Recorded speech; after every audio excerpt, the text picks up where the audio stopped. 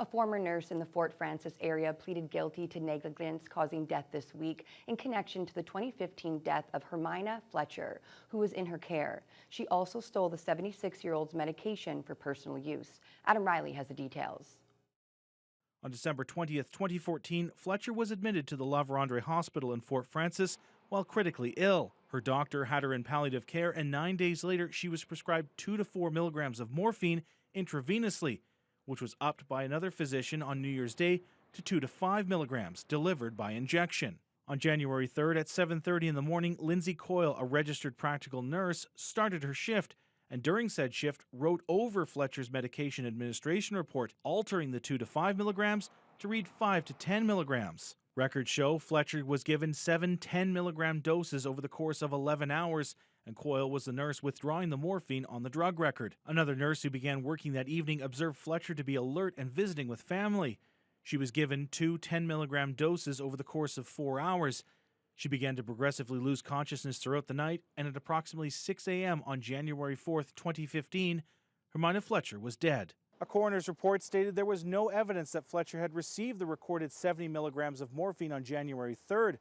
The report continued to state that while her death could have been as a result of natural causes, her illness appeared to be clearing up, and on a balance of probabilities, Fletcher's death was due to acute morphine toxicity. 10 days after Fletcher's death, the OPP were notified by the nursing executive that 10 milligrams of morphine was missing from the hospital.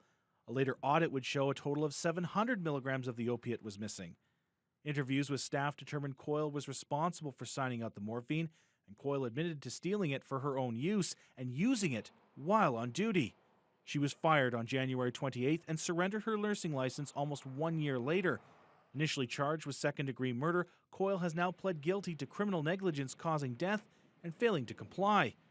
In a statement, members of Fletcher's family who were in attendance Monday say they remain fearful that this conviction may not result in a sentence that reflects the gravity of what has happened. Douglas Judson is representing the family in a $3 million civil suit against Coyle and her former employer, Riverside Healthcare, which operates the La Vérendrye Hospital. He says the disturbing nature of what took place has had an effect on the family, and closure is needed.